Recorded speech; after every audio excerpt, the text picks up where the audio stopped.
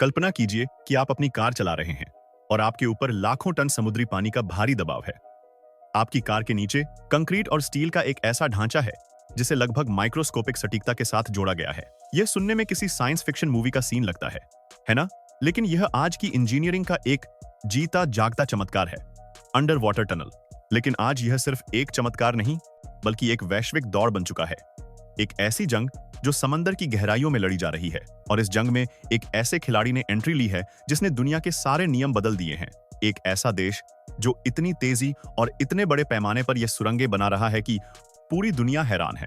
यह कहानी सिर्फ इंजीनियरिंग की नहीं, बल्कि उस दबदबे की है जो समंदर के नीचे एक नई दुनिया बना रहा है। तो चलिए आज उस राज से पर्दा उठाते हैं जिसने इस खामोश रेस को एक खतरनाक मोड़ दे दिया है। लेकिन आगे बढ़ने से पहले हमारी आपसे एक छोटी सी रिक्वेस्ट है कि अगर आप हमारे चैनल पर पहली बार आए हैं तो प्लीज इसे सब्सक्राइब जरूर कर लीजिए, और अगर वीडियो पसंद आए तो उसे लाइक करना मत भूलिएगा। क्यों जरूरी है यह टनल्स? आर्थिक विकास की जीवन रेखा। आज की दुनिया में अंडर वाटर टनल्स सिर्फ इंजीनियरिंग के नमूने नहीं हैं, बल्कि ये ग्लोबल कनेक्टिविटी की रीढ़ की हड्डी बन चुके हैं। सोचिए, जिन जमीनों को विशाल समंदर, शक्तिशाली नदियां या गहरी खाड़ियां अलग करती थीं, आज वो कुछ ही मिनटों में जुड़ गई हैं। यह सिर्फ समय नहीं बचाते, बल्कि यह सामान और लोगों के वैश्विक प्रवाह को बनाए रखते हैं, जिससे व्यापार तेजी से और सुरक्षित रूप से चलता है। कई देशों, खासकर बंदरगाह वाले शहरों के लिए यह अंडर वाटर टनल्स आर्थिक और औद्योगिक विकास की जीवन रेखा बन गई हैं। यही वजह है कि हर बड़ा देश इस टेक्नोलॉजी में महारत हासिल करना चाहता है। लेकिन इस सफलता के पीछे की तैयारी, सटीकता और बेहिसाब मेहनत की है। पहला कदम, समंदर की गहराई में जासूसी। एक अंडर वाटर टनल बनाने का काम खुदाई से बहुत पहले शुरू हो जाता है। इसका पहला और सबसे महत्वपूर्ण चरण होता है व्यापक सीबेड सर्वे, यानी समुद्र तल का सर्वेक्षण। इसे आप समंदर की जासूसी भी कह सकते हैं। इंजीनियरों की टीमें महीनों तक समुद्र की सतह के नीचे की दुनिया का नक्शा बनाती हैं। वे सब सी टोपोग्राफी का अध्ययन करते हैं, मिट्टी के सैंपल इकट्ठा करते हैं और चट्टानों की परतों का विश्लेषण करते हैं।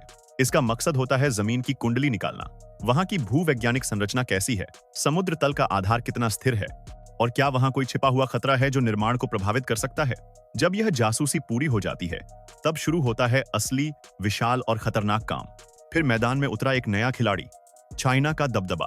कई दशकों तक अंडर वाटर टनल बनाना यूरोप और जापान जैसे देशों का काम माना जाता था, लेकिन पिछले कुछ सालों में इस खेल में एक नए खिलाड़ी ने ऐसी एंट्री मारी है कि पुराने सारे रिकॉर्ड टूट गए हैं। वो खिलाड़ी है चाइना। चाइना ने इस टेक्नोलॉजी को सिर्फ अपनाया नहीं, बल्कि इसे एक नए लेवल पर पहुंचा दिया है।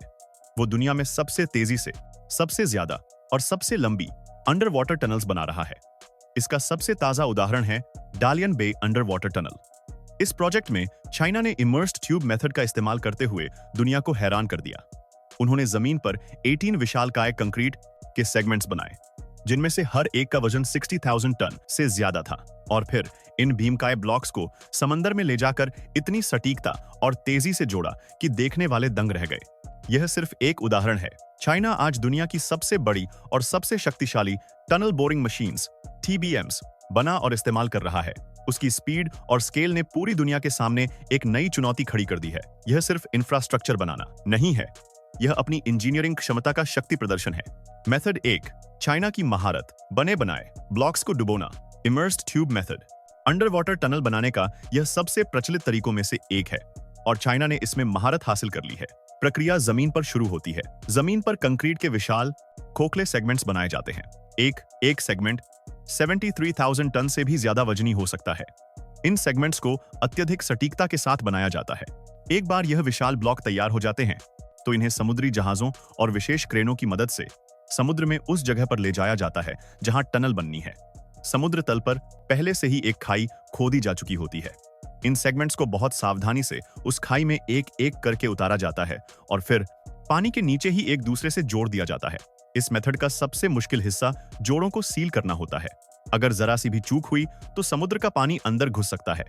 चाइना ने इस प्रक्रिया को लगभग ऑटोमेट कर दिया है, जिससे वो रिकॉर्ड समय में टनल्स बना पा रहा है। मेथड 2, जमीन के अंदर चलती एक दैत्य जैसी machine, tunnel boring machine TBM। जब समुद्र तल अस्थिर होता है या पानी का बहाव बहुत तेज होता है, तब इस्तेमाल होती है आज की सबसे एडवांस टेक्नोलॉजी TBM।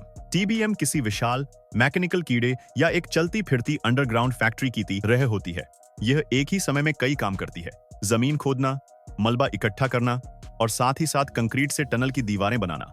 टीबीएम के सामने एक विशाल कटर हेड होता है जिसका वजन 200 टन से ज्यादा हो सकता है। इस पर स्टील की 140 मजबूत कटिंग डिस्क लगी होती हैं।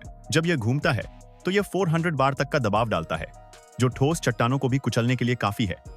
जैसे जैसे मशीन आगे बढ़ती है, इसका पिछला हिस्सा ऑटोमेटिक रूप से कंक्रीट के सेगमेंट्स को लगाकर टनल की गोलाकार दीवारें बनाता जाता है। चाइना आज दुनिया की कुछ सबसे बड़ी टीबीएम्स का घर है, जो दिन में 20 मीटर तक सुरंग खोद सकती हैं। मेथड 3, पारंपरिक लेकिन असरदार तरीके। जब चट्टानें बहुत ज्यादा कठोर होती हैं और टीबीएम भी काम नहीं कर पाती, तो ड्रिल एंड ब्लास्ट मेथड का सहारा लिया जाता है। इसमें चट्टानों में छेद करके विस्फोटक से उन्हें तोड़ा जाता है। यह तरीका तेज और सस्ता तो है, लेकिन अंडर वाटर टनल्स के लिए जोखिम भरा होता है, इसलिए इसका इस्तेमाल कम होता है। और जब सारे तरीके फेल हो जाएं, तो इंजीनियर अपने सबसे पुराने और सबसे मुश्किल तरीके पर वापस आते हैं, पारंपरिक खुदाई, ट्रेडिशनल एक्सकवेशन। इसमें सतह से एक वर्टिकल शाफ्ट बनाकर धीरे धीरे खुदाई की जाती है और हर कदम पर सुरंग को मजबूत किया जाता है। ये सबसे धीमा और सबसे खतरनाक तरीका है, लेकिन जटिल परिस्थितियों में यही एकमात्र विकल्प होता है। टनल बनने के बाद असली चुनौती। एक बार टनल का निर्माण पूरा हो जाने के बाद असली चुनौती शुरू होती है, उसकी सुरक्षा और रखरखाव। कई आधुनिक टनल्स को 2 मंजिला बनाया जाता है, जिससे ट्रैफिक क्षमता दोगुनी हो जाती है। ड्राइवरों के लिए हर 200 मीटर पर इमरजेंसी एग्जिट बनाए जाते हैं, लेकिन एक अंडर वाटर टनल का सफर खुलने के साथ खत्म नहीं होता।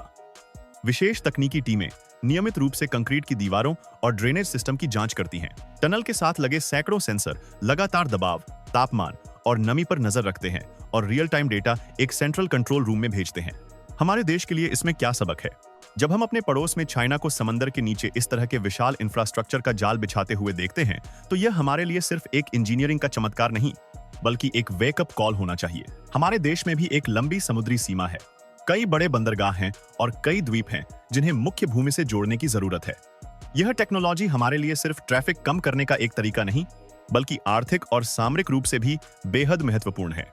यह हमें सिखाता है कि 21वीं सदी की दौड़ में आगे रहने के लिए हमें भी ऐसी ही बड़ी और साहसिक सोच अपनानी होगी। हमें अपनी इंजीनियरिंग क्षमताओं को बढ़ाना होगा और भविष्य की चुनौतियों के लिए तैयार रहना होगा। यह सिर्फ कंक्रीट और स्टील की सुरंगें बनाने की बात नहीं है, यह भविष्य के भारत की मजबूत नींव रखने की बात है। नतीजा, इंसानी हिम्मत की जीत। पानी की सतह के नीचे, जहां सूरज की रोशनी भी मुश्किल से पहुंचती है, इंसानियत ने स्टील और बुद्धि के रास्ते बनाए हैं। इन सुरंगों का हर एक मीटर सिर्फ एक इंजीनियरिंग उपलब्धि से कहीं ज्यादा है। यह साहस और सीमाओं को पार करने की उस अथक इच्छा का प्रतीक है। चाइना की तेजी ने इस क्षेत्र में एक नई प्रतिस्पर्धा शुरू कर दी है, जो बाकी दुनिया को भी अपनी क्षमताओं को बढ़ाने के लिए प्रेरित कर रही है। यह हमें याद दिलाता है कि जब इंसान अपनी बुद्धि और हिम्मत का सही इस्तेमाल करे, तो वो प्रकृति की सबसे बड़ी चुनौतियों पर भी विजय पा सकता है। अगर आपको यह जानकारी पसंद आई और आप इंसान की ऐसी ही अनोखी खोजों के बारे में और जानना चाहते हैं, तो कृपया इस वीडियो को लाइक करें और हमारे चैनल को सब्सक्राइब करना न भूलें। आपका समर्थन हमें ऐसी और भी दिलचस्प कहानियां आप तक लाने की हिम्मत देता है। धन्यवाद।